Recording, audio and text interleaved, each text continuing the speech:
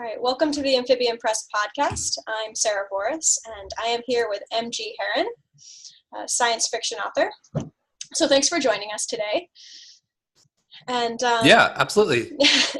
So you write sci-fi, fantasy, thrillers, but today we're going to be chatting about your science fiction series, the Translocator trilogy. So tell us a little bit about the first book. Sure. So the first book is about an inventor who creates a machine called the Translocator and then loses his wife in it.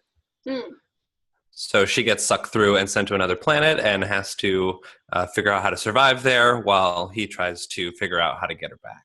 So nice. I call it a sci-fi thriller. Mm-hmm. Now, Eliana is an archaeologist, and obviously that's near and dear to my heart because I work as an archaeologist. What kind of research did you do in the field to sort of get that accuracy but also keep it interesting and sort of steer away from the Indiana Jones stuff? Yeah, sure. So I'm not a trained archaeologist myself, but I've always been fascinated by the career path of archaeologists. And of course, I love Indiana Jones. But the thing that really inspired this book was a trip I took to Mexico. I went to see the pyramids at Chichen Itza. And then I modeled the culture off the Mayans and modeled the old city after Chichen Itza. So I don't know if, because I don't use the name Chichen Itza and it's supposed to be on another planet in a sci-fi setting, I'm not sure how many people realize that the layout of the city that I use is actually very similar to Chichen Itza. And just, Mayan legends, I've always been fascinated by Mayan culture. So it was easy for me to draw on those inspirations just from the various reading I've done over the years. But what's fascinating about the Mayans is they keep making these interesting new discoveries with different ways to analyze and survey the forest. They found more stuff. So there's a lot out there that they're still discovering. So it's been pretty interesting to watch. Yeah, the new satellite footage. There's so many archaeologists who are more, relying on that imaging to see the differences in the topography and be like, well, that's not normal. That's clearly man-made. And I think that's right.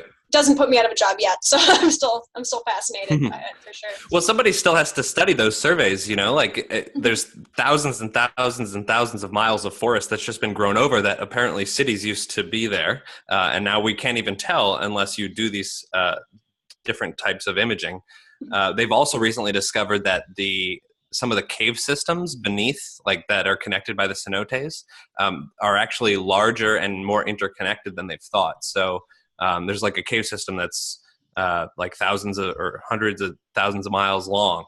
So it's incredible, the stuff that they've found. And they've even discovered that Chichen Itza itself sits on top of a cenote. So, these cenotes had so much significance, cultural significance to the Mayans, that weaving that stuff into the story was really fun for me. Mm-hmm. I was lucky enough to go to Mexico, to the Yucatan, when I was 17, and we were able to cave dive in a couple of the cenotes that were used for sacrifices. Right?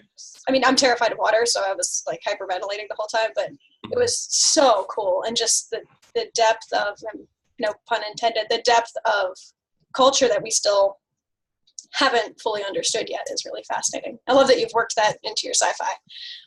Yeah, I'll give you one more that I thought was really fun, and I think archaeologists would appreciate this one. So there's a well or a cenote at Chichen Itza, and it's a couple hundred yards from the main pyramid. You have to walk through a forest path to get there. But there's so much indigo from the sacrifices they threw into that well that there's a layer of sediment several feet deep at the bottom of the well that's just indigo, and that's partially what gives it that beautiful blue color if you ever look at the well of sacrifices. And there's ceramic sacrifices down there, so pottery and stuff like that, and there's also human skulls and other things that they've put into this cenote. And we don't really understand the exact specifics of the rituals, but we do know that they use the indigo dye as a way to represent sacrifice because of the blue skies, apparently. And so I kind of inverted that, because in the Auriga Project, which is the first book of the Translocator trilogy, they use purple paint, but it's because the sky there is purple. So I took that factoid from what we know about the Mayans, and I inverted it and put it somewhere else so that it was still consistent with the reason. And the reason the Mayans use blue, according to the history books that I read at least, is because the blue skies meant that no rain was coming. And so they used blue as the color of their sacrifice because what they wanted was rain for the crops, because they were an agricultural society. Okay. That's cool. I didn't know that about the sediment. I mean, I've seen the color change in the water, but I didn't realize that that's why. That's really, really fascinating. So obviously I'm a fan. Yeah, pretty wild, huh? I'm a fan of anthropology and science fiction and the sort of the merging of the two, because I do that in my own sci-fi. But I do think it is becoming more common to see those two fields intersect. And I was curious what why you think that is as an author, combining the two. Well, I think it has something to do with our fascination with the past and the future being connected. You know, like this whole idea of the ancients has always been a way to connect our past with our future, that there was this, you know, same thing with the legends of Atlantis and everything that Stargate and Star Trek did with like ancient cultures and futuristic cultures connecting. And archaeology is one of those jobs that reaches into the past.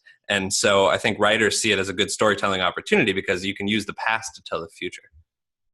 I like that. Yeah. And I do think it is, in a lot of ways, science fiction can be a warning, also a promise, but yeah, I mean, more recently a warning about where we could be headed. And, you know, there's that whole like, look back, learn from history, don't do it again, or do, as we clearly can't help ourselves. But yeah, I definitely agree that it's sort of that connection between time. And we've also seen this switch, I feel like, from the sweeping, austere space operas, you know, sort of a la Dune, to more gritty, fast-paced, character-driven work. Even, you know, we've seen it in Star Wars even. And so where on the spectrum do you feel like your sci-fi falls, of this sort of big picture and then the gritty character? Not that you can't. I think like a lot of the stuff that that I imagine, it always starts with character. Like it definitely this book started with Eliana and her story and like how did she end up here, and then it kind of expands beyond that. At least over the arc of the trilogy, you learn more about the history of this culture and how they got there, and the aliens who were involved in them getting there, right? And all this stuff. And it kind of, I've always loved the epic scale of things, but it's easier to attach to a story when you have a character to relate to. Of course. So I always start with the character, and I try to keep it grounded in the character, because even though like I write action adventure stuff where, you know, people are fighting for their lives and it's always, there's a ticking clock and there's always life at stake, right? But if you keep it grounded in the character, it's easier for people to relate to. And I think it's more fun for me, you know, because you get to live that vicarious experience through somebody else. Yeah. And while I love Dune and I love those big sweeping epics, they also, I think, their weaknesses, they tend to get lost in the philosophy of it and the fact that they're trying to paint such a broad picture that it becomes hard to relate to at a certain point. And there are definitely people who just like that sort of stuff. But I was hoping that, you know, by doing a closer third person examination of something similar and exploring it through the character's eyes, it would be easier for people to relate to. I think it's also easier to steer away from that, steer away from telling instead of showing. When you have a character who's living it, at least in my own work, that's what I've found. So, and you mentioned some of your other work just then. Is there a common thread, not necessarily a fable kind of thread, but is there a common theme that you've found in your work, intentional or otherwise, between the science fiction and your thrillers and fantasy? Yeah, so the one thriller novel that I have that's a standalone novel is, it's called The Republic, and that one's about a future democracy that's going through a famine, and the famine leads to a revolt against the government, and the government's a little corrupt. And so there's this ambiguity in that book as well between good versus evil. And in the Translocator books too, the ultimate bad guy in the book I don't want to give away any spoilers, but he gets a point of view later in the story. So you actually really get to know him. And it's interesting because I've always found that the most interesting villains are ones that have good reasons for what they're doing. And so I often try to explore that sort of like ambiguity between good and evil, right? Like it's not always black and white. There's some gray area in between. Same thing like with the way the Mayans have historically been depicted as like ruthless killers with the human sacrifices, you know, like I wanted to have people look at that and think about it from a different perspective. Like, oh, maybe they had a reason to do it, or maybe they, you know, something else other than just the stereotype of ruthless killers, you know? Right. And so even when it comes to the villains in this book or the villains in the Republic, I try to show them as at least human, or having human characteristics, and that they still have reasons for what they're doing and they still feel a certain way about doing it. So yeah, that I think those are probably the two recurring themes that I've seen so far. It's like the good versus evil dynamic and just trying to avoid all the stereotypes. I think I love that you say that ambiguity, because it is true. I mean, in our own world, it's so true that very rarely does someone start off, you know, being an asshole, being evil. And right. I think a lot of times it's easy to think that they do. Even if it's just like, well, clearly I could never be evil because, like, you know, I wasn't born evil, or I have these intentions. And I think it's going back to that sort of warning of like, well, but everyone starts somewhere, and those little tiny steps, that's where you turn good or evil, if you're going to. Yeah. Yeah, and like an evil character, if they're just evil for the sake of being evil, they often come across like really flat. You mentioned the new Star Wars movies recently. I think they've intentionally made a couple of those characters like comically evil, right, to show that if somebody's just evil for the sake of being evil, they just come across kind of flat. You know, and the best villains in Star Wars are the ones that have reasons for doing what they're doing, right? Like Emperor Palpatine, Darth Vader, and the Sith, whose name I always forget, Darth Maul. Yes. Right? He like appeared. I don't want to spoil which movie it is, but he appeared recently in one of the movies, and I was like, oh, that's really interesting, right? Because he has a very interesting backstory too. So, yeah. And it definitely, I feel like it ups the stakes in some ways, because when someone's just, you know, evil for the sake of evil, it is simpler to defeat them because you have no qualms of, you know, cutting the guy's head off or whatever it is. And then when it's like, oh, this is kind of a person, like, you know, and that adds more dimension for your character to deal with. So. Right. One of my favorite books is a thriller, and it's called Eye of the Needle, and it's about a World War II spy who goes to England, and the novel is split between the good guy Allied soldier and the rebels, or the Nazi spy, and he gets a full like 50% of the book, and you actually really start to like him and to empathize with him and to see that the actions he takes are really logical and they make a ton of sense. You know, he's just trying to win the war and fight for his country just like the other guys are, and it's just this amazing tale. I think the author's Ken Follett, if I remember correctly. It's just amazing the way he treats that. Yeah. It's a really good book. If you like historical thrillers, I would definitely recommend it. Not the stuff that I usually write, but as a reader, I really enjoyed it. And just the way he treats those characters is so like human, you know? Well, it takes so much insight too to write something that complex and not end up having some weird subtexts going on. Now you've traveled a lot. You've obviously mentioned Chichen Itza. But you started out as a fellow New Englander in Maine, and then you went to Delaware, Ontario, Europe, India. How do you feel like that traveling, other than the obvious Chichen Itza, has changed your writing? That's a good question. You know, I feel like traveling just opens up people's minds in general, and that probably comes through in the writing. Like I can't necessarily point to a specific thing other than, you know, if there was a European city I used to describe that I happened to travel in, you know, like that's useful, practical. But just in general, I think it really opens up people's perspectives. It allows you to see things from another person's perspective. I lived in Europe for 3 years, and whenever we had American friends come over, it was always really fun to see their initial reactions to things that were so different from the way things are done at home. Mm-hmm. And just seeing, even if it's a simple thing, right? Like the way, like some people don't tip in European countries, and Americans always tip at restaurants. You know, even something basic like that is really interesting to see how people react to it. And then also just learning to get around, you know, like it's hard to get around a country in another language, and it almost makes you feel like an amateur at life again. You're like, oh God, I don't even know how to ask where the toilet is.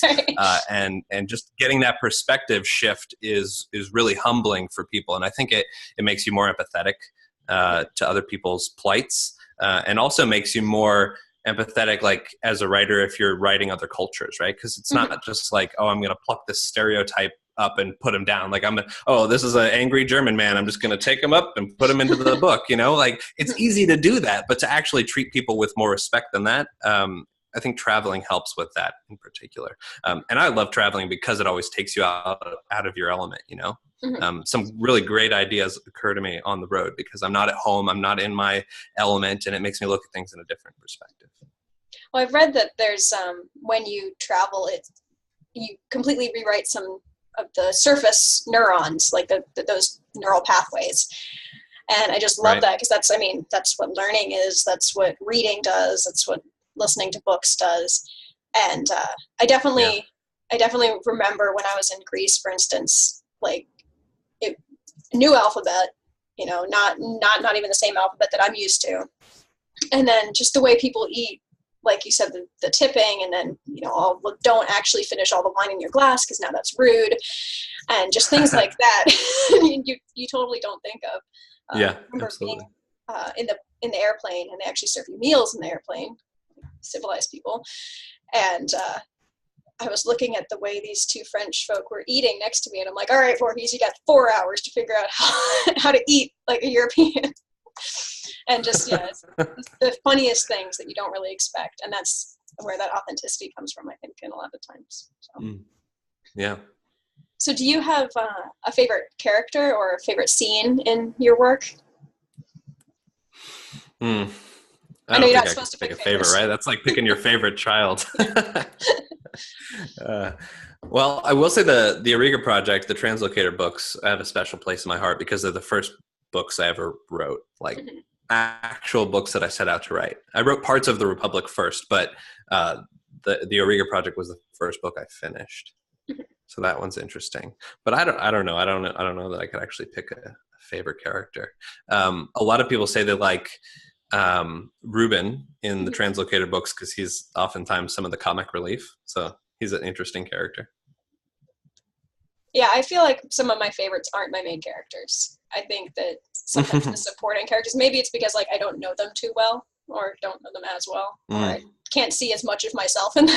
But yeah, definitely some of the supporting characters I have a little soft spot for them. Now, Panic at the Tomb, that's a Translocator short story. So you've already returned to the world where the trilogy is set. But are there other works that you have planned to revisit it? So nothing that I feel comfortable announcing yet, but I'm definitely going to do. So the Translocator books were just picked up by an audiobook publisher, and they're being produced right now. So I'm hoping those will be done early next year. And I'll probably do, thank you. I'll probably do an extra short story when that happens so that readers who buy the audiobook can get a special new short story. So, you know, stuff like that. I'm interested in returning to the world. Panic at the Tomb took place between book 1 and book 2, but I actually didn't write it until afterwards. So there's definitely room to play still. And I would love to come back and do some other novels in the series, but the arc of at least that trilogy is complete. And do you have, I mean, you mentioned that project right there, but do you have any other work, sci-fi or otherwise, that's coming up? Yeah, I've been working for the last year or so on a new sci-fi mystery series that's set in Austin. So that'll be fun. It's a little bit like Men in Black, X-Files sort of tone, where it's like some people call it like sci-fi noir, a little bit humorous. but it's set on Earth. It's set in Austin specifically, and it's about a bounty hunter who discovers that aliens live on Earth, and it's how he deals with that. So I've been working on that for a little while, and hopefully I'll have the first few books ready in the next couple months. That's exciting. New projects are always exciting. It's been a long time coming.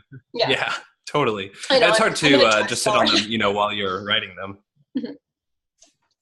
All right. Well, so your work can be found at mgherron.com, and we'll put links to all of your stuff in the show notes. But where else can folk find you online? So mgherron.com is the main website, and you can find me on Twitter at mgherron, or Instagram, or Facebook. The Facebook is mgherron author, but if you just search for mgherron, you'll find it. So I'm most active on Twitter, and the website is the best place to find the books. And when the new audiobook comes out and the new series is ready, they'll all be up there too. So awesome. All right. Well, this has been the Amphibian Press Podcast, and I'm Sara, and this was MG Herron. So be sure to check out his sci-fi, the Translocator series, and any other work that sounds really exciting. And thanks for listening.